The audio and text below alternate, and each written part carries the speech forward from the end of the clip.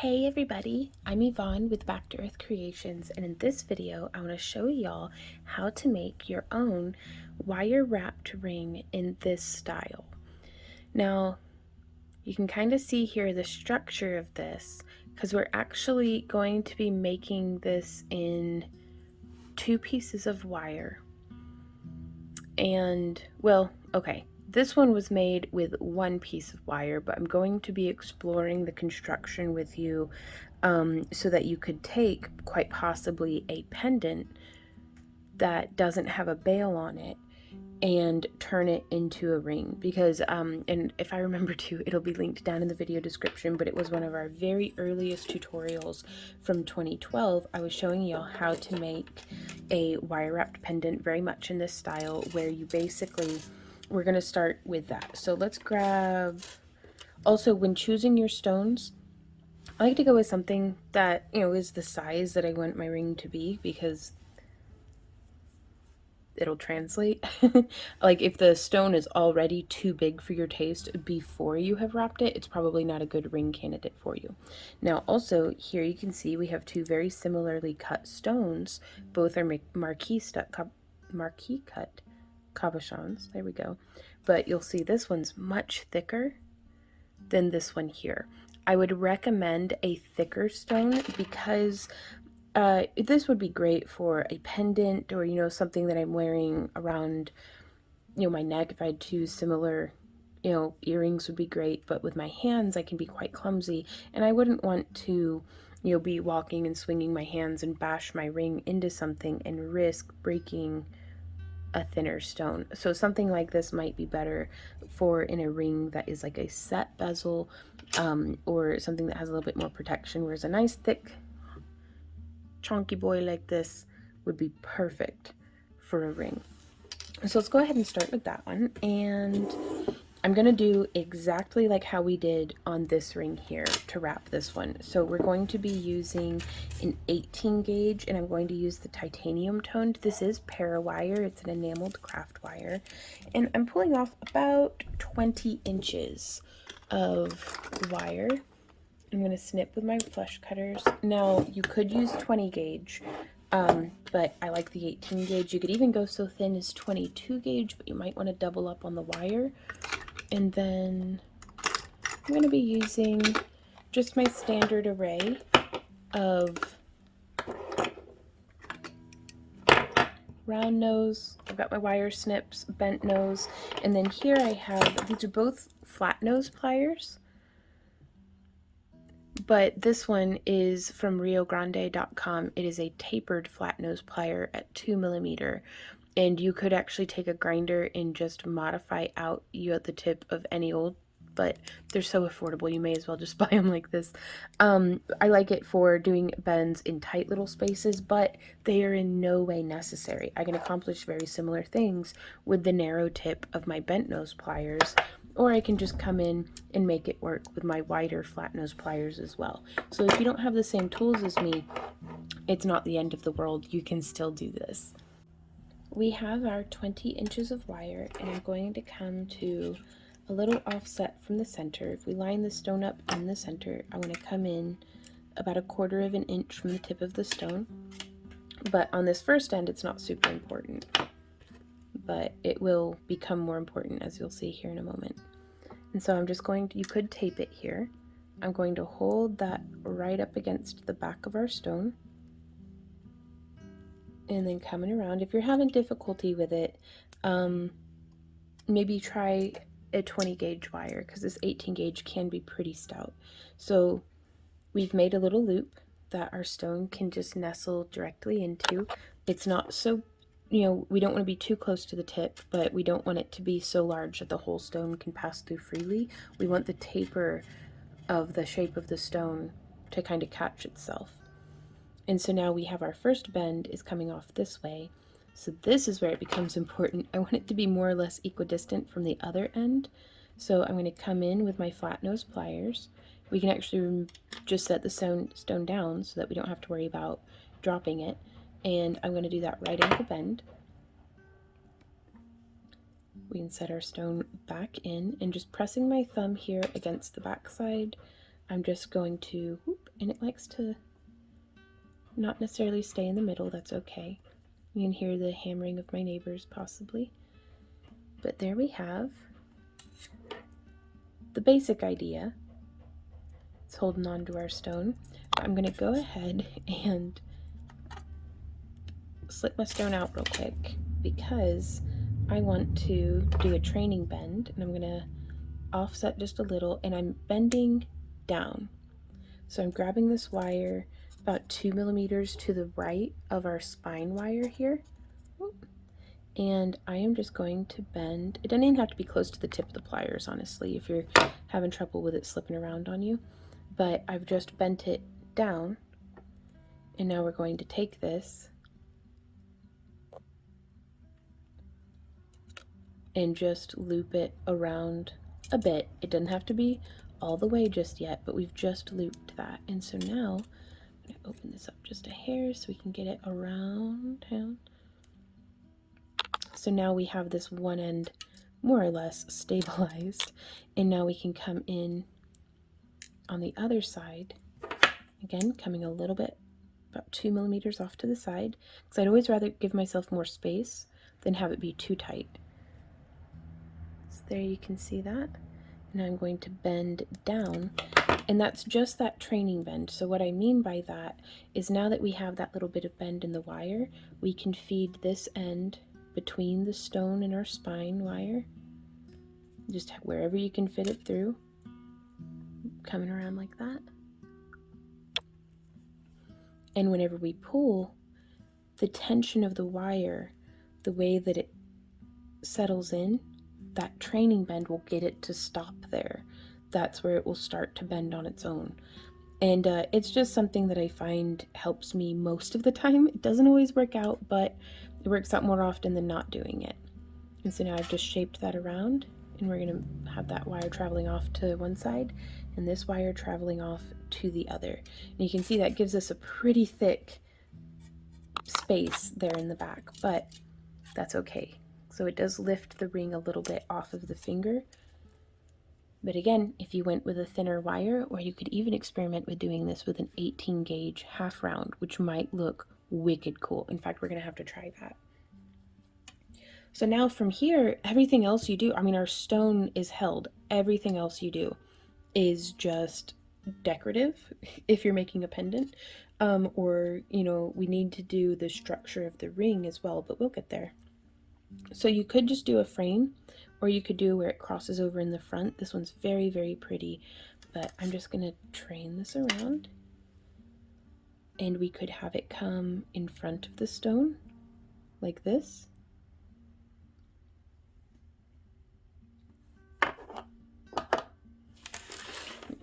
Try to clear out the background a little bit.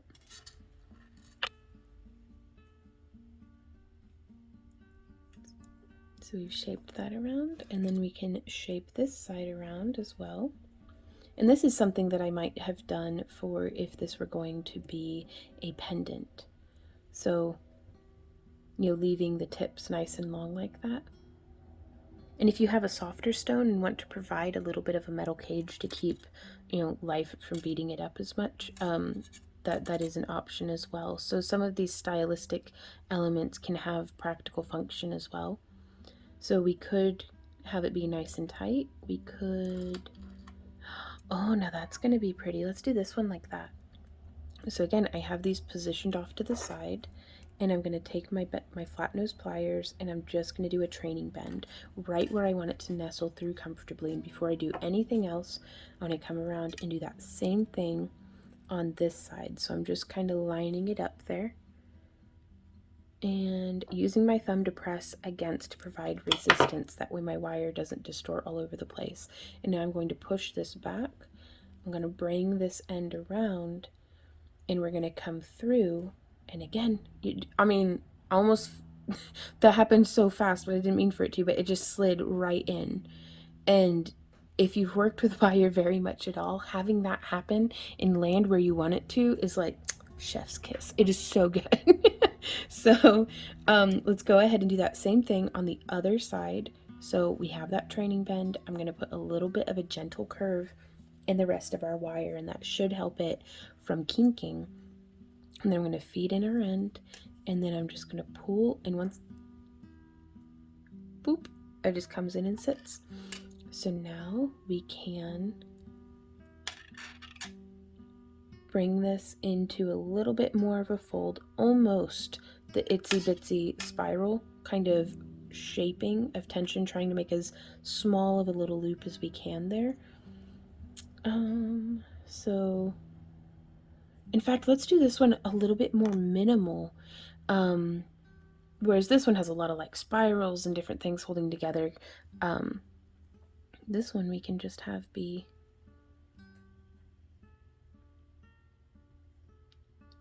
wow, it's not what I planned, but this is what's happening, and I'm loving how it's looking. That's so like elvish to me, like So let's disassemble this one a little bit further. So now you can see that is the spine. That's where the wire's coming off.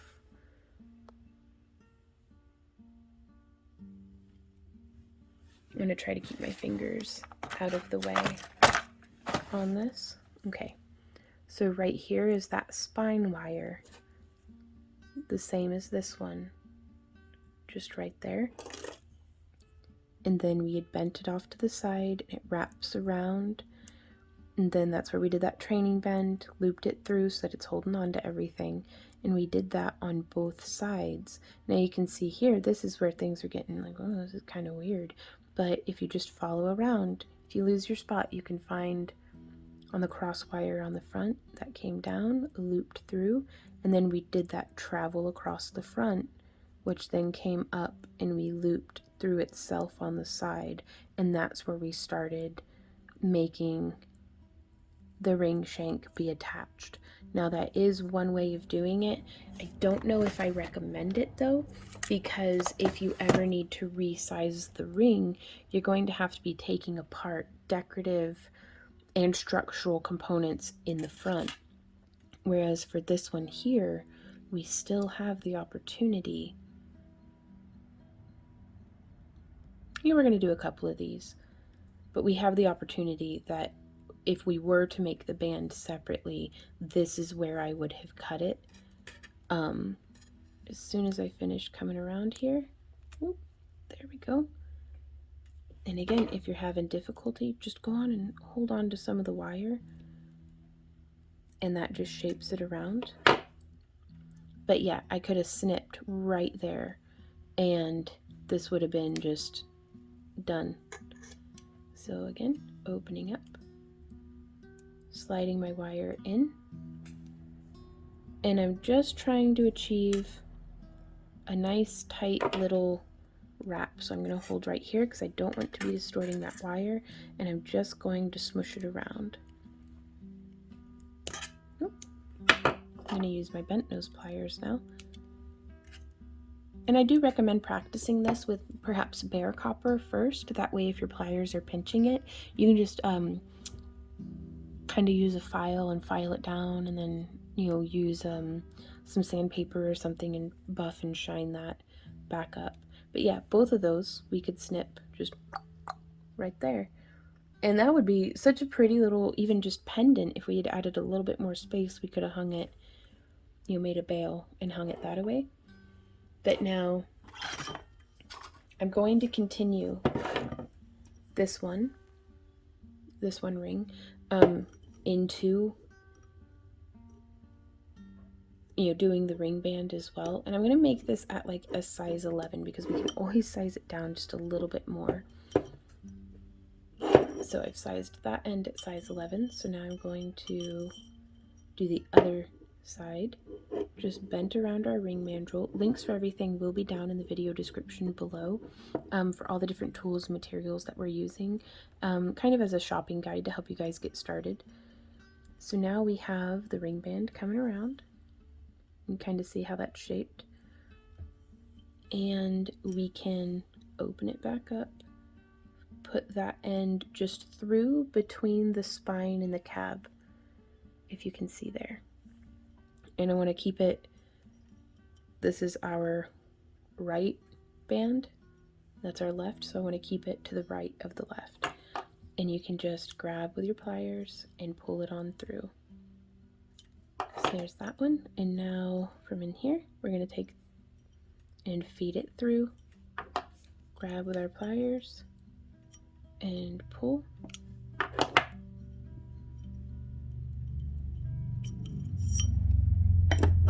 And from here we now have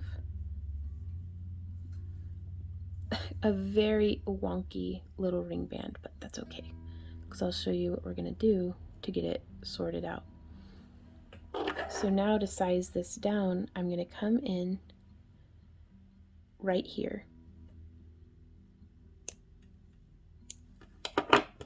and we're going to do this on the ring mandrel. But I want to take this wire, and holding the stone and everything quite firmly in place, I am just going to do a bend like that, and you'll see that has forced our wire to be more aligned with the center of the ring. So we're going to flip this around and do the same thing on the other side. So again, where this wire is exiting close to the tip of our stone, I want to hold it with my pliers as close to the rest of the wire wrapping as I can, and then I'm going to bend towards the center just like that. And now you can see, instead of one wire jutting out this way and one jutting out that way, they're both more or less aligned in the center of what we're doing. So now we're going to remove the ring mandrel. And from here, we can totally, let's size this down to, what size am I wearing today? Let's do it at a size 9. But now from here, we can just roll this up, like bring it up to a size 9, and just pull on this wire, and that's going to tighten down without disrupting where we have made our bend. There we go. Now at this point, I would still be sizing the ring a little bit larger than what the client or whoever's going to be wearing it will need, just because we can always tighten things up a little bit, but it gets a little complicated when you start trying to stretch things out. So like that's still pretty tight on me. So we can come in, go ahead and just stretch that out just a little bit, but I want to check and make sure that these side pieces here are staying put. I don't want them deviating too wildly away from the rest of the ring. And with our 2 tail wires here, now you could do multiple bands. I personally really like a nice thin ring band because it sits right comfortably in the folds of my hand, and so I'm less likely to get frustrated with my rings and, you know, take them off. So from here, I'm just coming around into that bend, using the wire itself to make our training bend.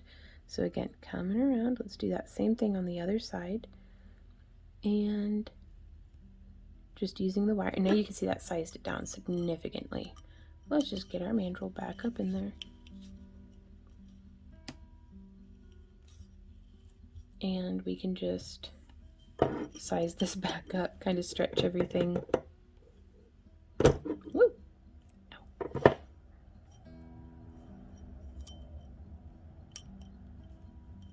There we go.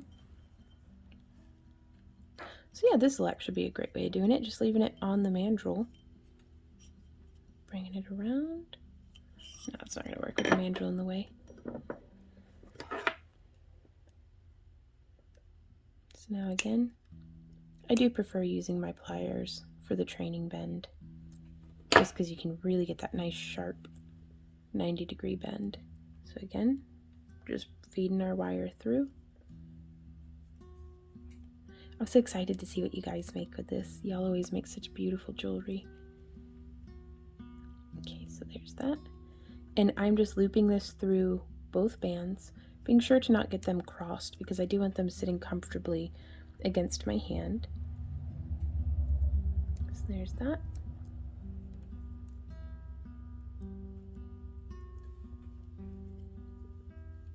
I like to make it very clear which wire is which. And then I'm going to put it onto the mandrel.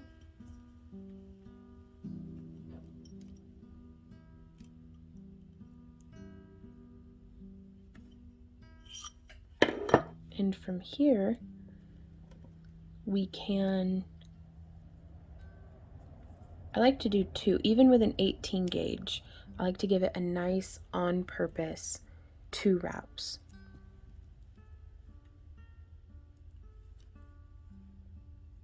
So we'll feed that back through and cinch that down. Using my pliers to make sure we can give that a smush. We can give that a smush. Now y'all, this would look so cool with like some coiling done here on the sides, or you know, something. So you can get ultra fancy with this, and if y'all want, we can continue. We can tackle a few more designs of this ring style, but just exploring variations. And honestly, I think that might be what we do. That way we can keep the individual tutorials kind of shorter.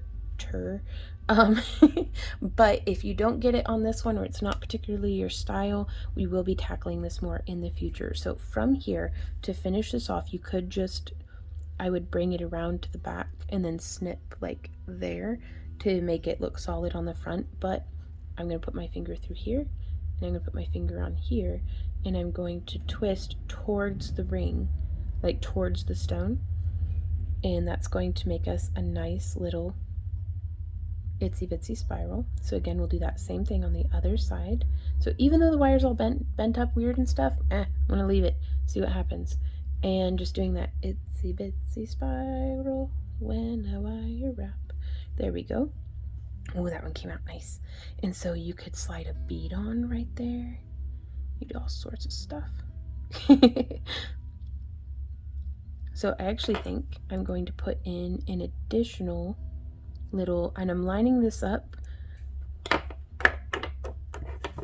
Where'd my porcupine go? I've lost it.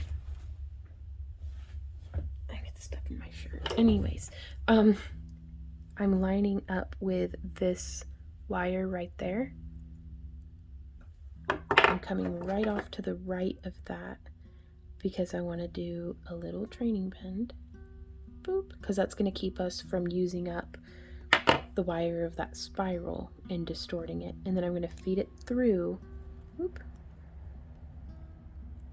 See how we came through right there? I'm going to grab the end of my wire with my pliers and just pull it down. Oh, love it whenever that works. Like, that's my favorite when it actually goes where I wanted it to. So now here's going to be a little bit more tricky. So I'm going to put another little bend in our wire to get it to where I want to feed through just the other side of those 2 wires.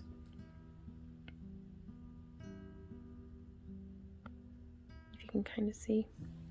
And then bent nose pliers time. I'm going to cram that up and through just a bit. Grab it there. I'm holding everything and trusting in that training bend, pulling it through. Oh, didn't quite work out as well as I wanted it to.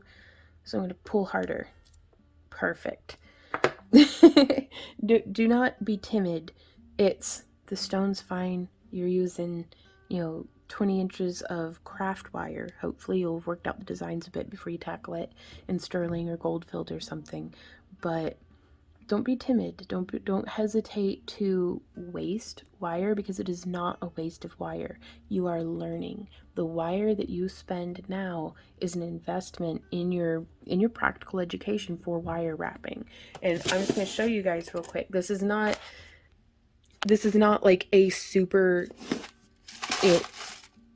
huge pile of scrap wire, but there's a variety of scrap projects in here, because I can always grab some of this wire back up, use it for something else, and I am saving it all, because used to we would go and sell even our enameled copper. Some scrap metal like salvage yards will still accept scrap wire, so I'd save up about half, about this much probably, and I'd get like 15 or 20 bucks for it. But that was also years and years ago when we lived in Tennessee.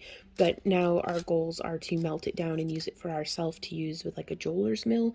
But there's no such thing as scrap or as waste. It's all just second use, like second use, third use, fourth use. Like there's always some other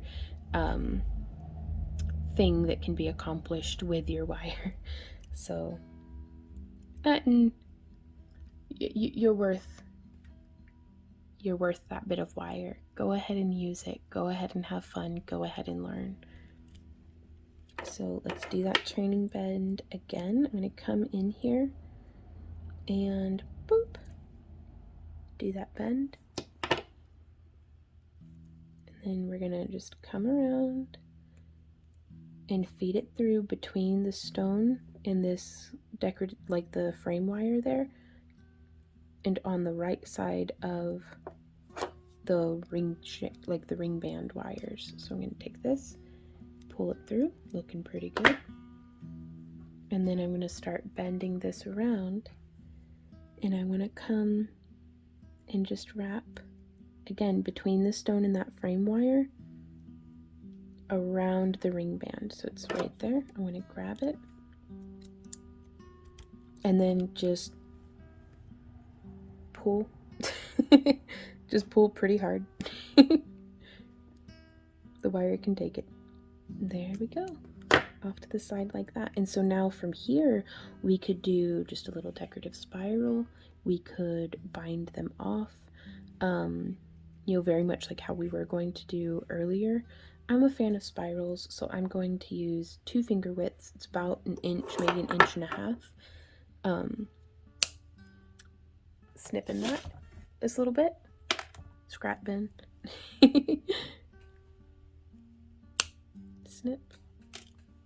So now we have 2 more or less equal length wires, and we can always snip this off later if we decide we don't like the spirals, but I'm using my finger as a backing to keep that spiral flat. I am going to take this as an opportunity. If you haven't checked it out, we do have a free wire wrapping master course here on YouTube. That it's 7 lessons, I think. Each one is at least an hour long, but it goes over making links, making spirals, making your own clasps, ear hooks for earrings, some basic wire weaving. Like, it builds you up to hopefully giving you a very solid foundation, so that whether you're watching one of my tutorials or any wire wrapping tutorial here on the internet, I'm hoping that this masterclass series will have given you the experience that you can confidently follow along with anyone's tutorial and you have that much more solid of a foundation. So now we have a little spiral there on the side. I'm not gonna lie, that's not my favorite thing. So I'm gonna try an alternative here on this side where I'm just bending the wire. Woo! It's starting to get pretty stiff on me, even though I started with a dead soft wire. Because if you're shopping for wire on like Rio Grande or something, and it says dead soft, half hard, or full hard, dead soft wire, when you move it, it stays where you put it. Full hard wire, when you move it, it has some spring back, so it's great for like ear hooks and stuff. And the half hard is good as well. I don't use it as much because I just like dead soft, unless I'm specifically making like ear hooks or something, and then I'll just go ahead and get the full hard. So I'm bringing this around and pulling it this way because I just wanted to finish that loop there. So now I'm going to take this and I'm going to come up in there, right there, snip, scrap pile, and we can use our bent nose pliers to add a little bit more of a curve to that because I don't want the pokey bit just hanging down, poking into my finger. So you can see there, hopefully, how we curved in just a bit more. See how that right there is curved in? And now we can take it and, whoops, we can take on either side, and I am just going to squish. And since we trained that curve up and in already, now when we come in and do our squishing, it's kind of like doing a training bend. So again, I want my pliers on the other side of it, And I'm just coming in and squish. So now we can come in, and I'm actually going to trim it back a little bit more if I can, but I can't, but that's okay. So I'm going to try to squish. There we go. So now the tip of that wire is hidden behind our stone, so you're not seeing the little weird cut end. And also it's not going to snag on our skin or clothing. Now I actually do have some slightly more petite bent nose pliers here that I'm going to use to come in through this angle just to push that back a little bit more to keep it nice and hidden. But yeah, so that's what I'm going to be doing there. So for that spiral, which, I mean, I love that spiral, but I'm not feeling it for this ring. I'm going to come in and I'm going to snip. Let's pull the spiral away from the stone. I want to come in and snip about right here. Oh, scrap bin. And using my robust bent nose pliers, I'm just going to take this and again, just shaping it around. Coming in on the back side now, we can grab that wire, maybe. But at this stage, that's where I want to make sure that that wire is nice and smushed to a nice curve. Oh, I don't mean to wander out of frame. We have, our viewers seem to have two schools of thought. We have, in general, at least the ones who leave comments, they either love that I zoom in or they hate that I zoom in. I'm going to keep zooming in because I found more people express that it's helpful to them, and I'd rather be helpful to some folks by zooming in than not zoom in for risk of being annoying to people who don't like that I wander out of frame. Like, I'm trying to be helpful here, guys. Please, be patient with me. Okay, so I'm just grabbing it and wrapping it around, trying to keep that end curved so you can see how that's coming. It's a little messy, but so am I. Uh-oh, got the wires crossed. So let's, whoop. There we go. And we come in and smush. So now that tip is hidden below the ring.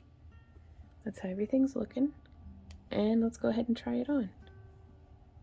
I'm actually gonna, there it is, use our ring mandrel to do a final sizing. You can see that shrunk it down to like a size 7.5.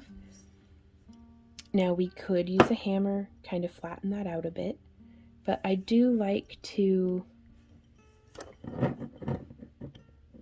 oh, there we go, wait to do any hammering or stretching for if I'm selling this in our booth. And there we have what I think is a beautiful wire wrapped cabochon ring using all just one wire. Now, I think this tutorial is probably long enough. We will save for a future Thursday tutorial premiering at noon Central Standard Time if you want to be here for the premiere chat and ask questions live. The video will be pre-recorded, very much like now, but the chat itself is live. So hey everybody in the live chat, and hey everybody in the replay. Again, if you want to be here for the premieres, be sure to sign up for our free newsletter because we send out notifications directly to your email about 30 minutes before our tutorials go live. And I hang out here in the premiere chat about 30 minutes prior to the video actually starting anyways, because it's my social life. Like, I like hanging out with y'all. So, but yeah, so that's one style, one way of doing it. So long as it's comfortable to wear, is the right size, looks more or less how you want it to look, and holds together without causing any pain or inconvenience, then you did it right. It's art. Like, other than that, just go ham. But yeah, let me know what you guys think down in the comments. And I look forward to hearing any ideas that you guys might have for future tutorials, as well as if you want to send us emails of your work, you can attach pictures to the emails. That way we can see what you're up to. We currently aren't doing any, artist featuring or anything like that, but I do still love to see all y'all's work. And then also, if you guys have questions about your work, you can take a picture of it, and that way we can see if you're like, this, I don't know what happened, but this happened and I don't like it. How do I fix this? It really helps us if you guys attach pictures for that. But yeah, thank you guys again so much for being here. And until next time, happy crafting. Mwah. Bye.